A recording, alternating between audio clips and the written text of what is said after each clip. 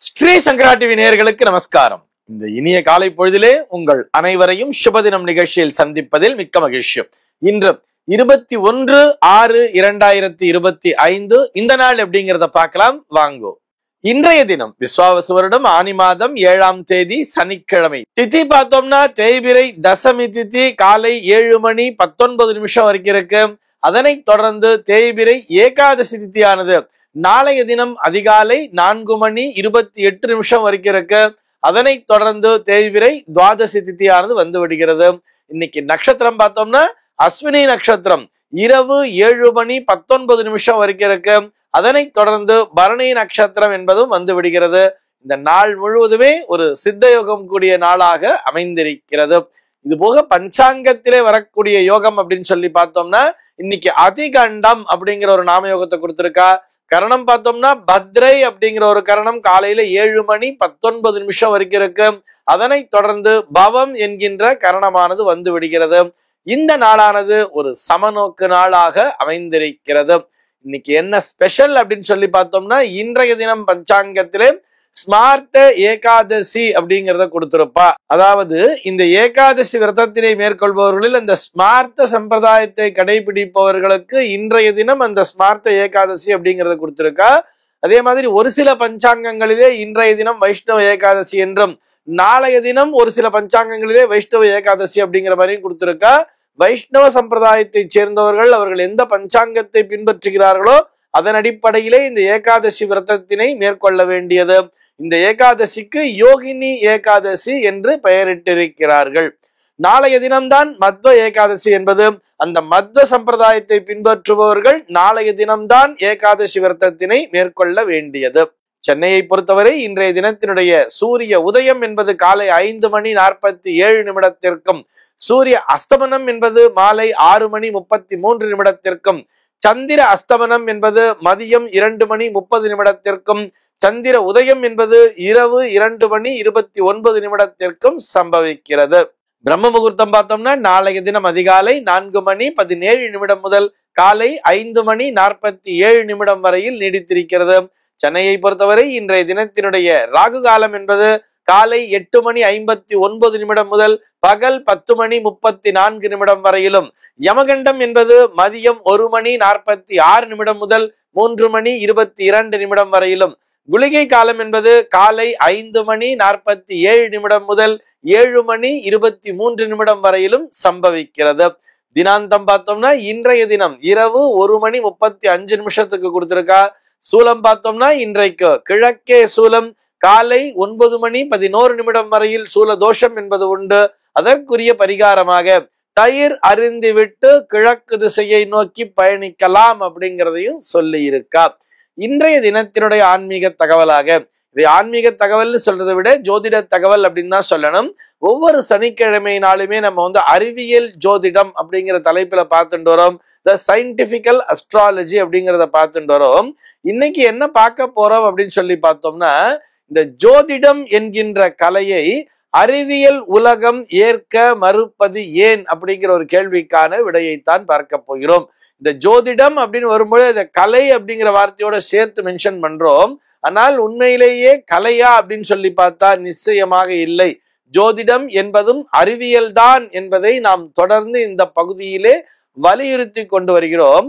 ஆனால் இதனை ஒரு முழுமையான அறிவியல் என்று அறிவியலாளர்கள், அதாவது சயின்டிஸ்ட்லாம் ஏற்க மறுப்பது ஏன் அப்படின்னு சொல்லி பார்த்தோம்னா இந்த ஜோதிடத்திலே என்ன நடந்திருக்கு அப்படின்னு சொல்லி பார்த்தோம்னா இந்தியன் அஸ்ட்ராலஜி, குறிப்பா நம்முடைய அந்த இந்தியன் அஸ்ட்ராலஜியில பார்த்தோம்னா மதம் சார்ந்த நம்பிக்கைகளை உட்புகுத்தி இருக்கிறார்கள். அது ஒரு குறிப்பான காரணமாக இருக்கிறது.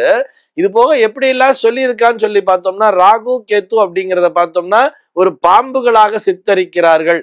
இது போக நாகதோஷம், சர்ப்பதோஷம், அதே மாதிரி செவ்வாய் தோஷம் என்ற பெயர்களை கொண்டு ஜோதிடர்கள் தொடர்ந்து பயமுறுத்தி வருகிறார்கள். இதையெல்லாம் சொல்லும் பொழுது அந்த சயின்டிஸ்ட் அதுல ஏகப்பட்ட கேள்வி கேட்கிறார். இது எப்படி நாங்கள் அறிவியலாக ஏற்றுக்கொள்வது? ஜோதிடத்தின்பால் எங்களுக்கு நம்பிக்கை இருந்தாலும் அதனை நாங்கள் ஒரு கலையாகத்தானே பார்க்க முடியும். அதாவது ஒரு சில பேருக்கு இந்த வாக்கு பலித்தம் அப்படின்னு சொல்லுவா தெரியுமா, அருள் வாக்கு சொல்வதை போல அவர்கள் சொல்கிறார்கள். அந்த வாக்குகளும் நடந்து விடுகின்றன. அப்படி வேணா அது ஒரு தெய்வீக நம்பிக்கையாக, ஒரு அருள் வாக்கு சொல்கின்ற கலையாக வேண்டுமானால் பார்க்கலாமே தவிர இதனை முழுமையான அறிவியலாக ஏற்றுக்கொள்ள இயலாது என்பதுதான் அவர்களுடைய வாதமாக அமைந்திருக்கிறது.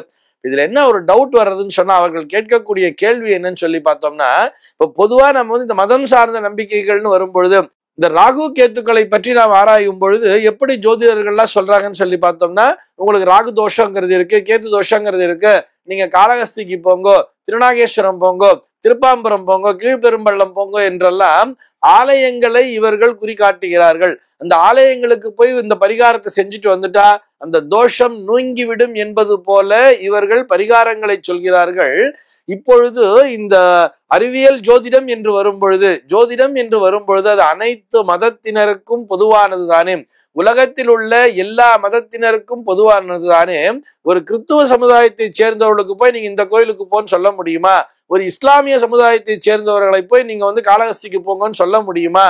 ஆனால் எல்லோருக்கும் அந்த ராகு கேத்துங்கிறது வேலை பார்த்துக்கிட்டு தானே இருக்கும் என்பதுதான் அவர்களுடைய கேள்வியாக அமைந்திருக்கிறது. நாம் இதை அறிவியலாக மெயின்டைன் பண்ணணும்னு சொன்னா பரிகாரம் என்கின்ற வார்த்தைகளை இந்த ஜோதிடத்திற்குள் புகுத்த கூடாது என்பதுதான் நிஜம். இந்த பிரச்சனை என்ன வரும் அப்படிங்கறது அனலைஸ் பண்றது மட்டும்தான் அஸ்ட்ராலஜியை தவிர பிரச்சனை மட்டும் இல்லை. இன்னைக்கு நமக்கு என்ன நடக்க போறது, இன்றைய தேதியிலே இவர் என்ன மாதிரியான பலன்களை அனுபவிப்பார், அல்லது இவர் வந்து எந்த துறையிலே வேலை செய்வார், இவருடைய சம்பாத்தியம்ங்கிறது எப்படி இருக்கும், இவருக்கு நோய்வாய்ப்படுவாரா, உடல்நிலைங்கிறது எப்படி இருக்கும், குறிப்பாக இவருடைய கேரக்டரிஸ்டிக்ஸ் எல்லாம் என்ன, இவர்களுடைய குணநலன் என்ன, ஒரு தனிப்பட்ட மனிதனுடைய குணநலன் என்ன என்பதை ஆராய்வதுதான் இந்த ஜோதிடம் என்பது. இப்படி பிரிச்சு பார்க்கணும். இதே அஸ்ட்ராலஜின்னு வரும்பொழுது, இன்டர்நேஷனல் அஸ்ட்ராலஜின்னு வரும்பொழுது உலக அளவிலே இருக்கக்கூடிய எல்லோருமே ஜோதிடர்கள் தானே. அதாவது நம்ம இப்போ வந்து ஒரு ஃபாரின்ல இருக்கக்கூடிய ஒரு அஸ்ட்ராலஜரை கூட எடுத்துப்போமே, அவர்களும் ஜோதிட ஆராய்ச்சியில ஈடுபட்டு இருக்கிறார்கள். ஆனால் அவர்கள் அங்கே அந்த மதம் சார்ந்த நம்பிக்கைகளை உட்புகுத்துவது இல்லை. அதனால்தான் பெருமளவில் பார்த்தோம்னா இந்த சயின்டிஸ்ட்ல அந்த அஸ்ட்ராலஜிக்கு பின்னாடி போயிட்டு இருக்கா, வெஸ்டர்ன் அஸ்ட்ராலஜிக்கு பின்னாடி. உண்மையை சொல்ல வேண்டும் என்று சொன்னால் அது எல்லாத்துக்குமே ஆரிஜின், அதாவது பிறப்பிடம் எங்கன்னு சொல்லி பார்த்தோம்னா நம்முடைய வேதிக் அஸ்ட்ராலஜி தான். இந்த வேதிக் அஸ்ட்ராலஜில பார்த்தோம்னா கிரகங்களை கடவுள்களாக கொண்டாட சொல்லவே இல்லை.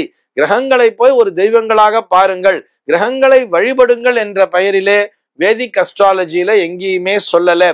அஸ்ட்ராலஜி என்பது வேறு, மதம் சார்ந்த நம்பிக்கைகள் என்பது வேறு. இவற்றை தனித்தனியே பிரித்து வைத்திருந்தால் கண்டிப்பாக அறிவியல் உலகம் நம்முடைய இந்திய ஜோதிடத்தையும் ஒரு அறிவியலாக ஏற்றுக்கொள்ளும். அப்படியே யோசிச்சு பாருங்களேன். அதாவது இந்த கோல்டன் ஏஜ் ஆஃப் இந்தியா அப்படின்னு சொல்ற, கோல்டன் இயர் ஆஃப் இந்தியான்னு சொல்லிட்டு இந்தியாவின் பொற்காலம் எப்ப சொல்லுவா, அந்த 2ஆம் சந்திரகுப்தனுடைய பீரியட சொல்றா இல்லையா, அந்த குப்தாஸ் பீரியட்ல தான் பார்த்தோம்னா நம்ம அந்த நவரத்தினங்கள் அஷ்டதி கஜங்கள்லாம் சொல்றோம், அவர்கள்லாம் வாழ்ந்த காலம்னு சொல்றார். அதுல யார் யாரெல்லாம் இருந்தா, வராகமீரர் இருந்தார், ஆரியப்பட்டர் இருந்தார். அந்த நாள்ல பார்த்தோம்னா ஜோதிடம் வந்து ஒரு உச்ச நிலையை அடைந்திருந்தது. அது வானவியல் அறிவியலாக பார்க்கப்பட்டது. இந்த நேரத்திலே இந்த கிரகணம் தோன்றும் என்கின்ற கணக்கினை கண்டுபிடித்து வைத்தார்கள். இது போக இன்றைக்கு இந்த மேலை நாட்டிலே கண்டுபிடித்திருக்கக்கூடிய அந்த பை அப்படிங்கிற ஒரு விஷயம் இருக்கு இல்லையா, அந்த பை அப்படிங்கிறத கண்டுபிடித்ததே நம்முடைய வராகமிகரும் ஆரியப்பட்டரும் தான் என்பதை தெரிந்து கொள்ள வேண்டும். அதே மாதிரி இன்றைக்கு இந்த ட்ரிக்னாமெட்ரி அப்படிங்கிற விஷயம் ரொம்ப பிரதானமாக பேசப்படுகிறது.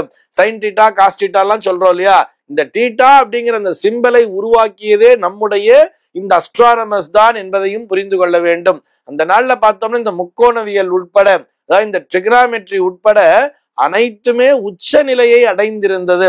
காலப்போக்கிலே நம்ம தான் என்ன பண்ணிட்டோம்னு சொன்னா அதை கொஞ்சம் கொஞ்சமாக, அதாவது மதம் சார்ந்த நம்பிக்கையை அதுக்குள்ள கொண்டு வந்து கொஞ்சம் கொஞ்சமா அதுக்குள்ள கடவுள் நம்பிக்கை என்பதையும் புகுத்தி நாம் அந்த அறிவியலை அதனுடைய வீரியத்தை குறைத்து விட்டோம் அப்படிங்கிறது தான் நிஜம். ஆக இன்னைக்கு என்ன பண்ணணும்னு சொன்னா, அடியேனுடைய ஒரு சிறிய கோரிக்கை என்னன்னு சொல்லி பார்த்தோம்னா, இக்கால இளைஞர்கள் அனைவருமே ஜோதிடம் கற்க முன் வர வேண்டும்.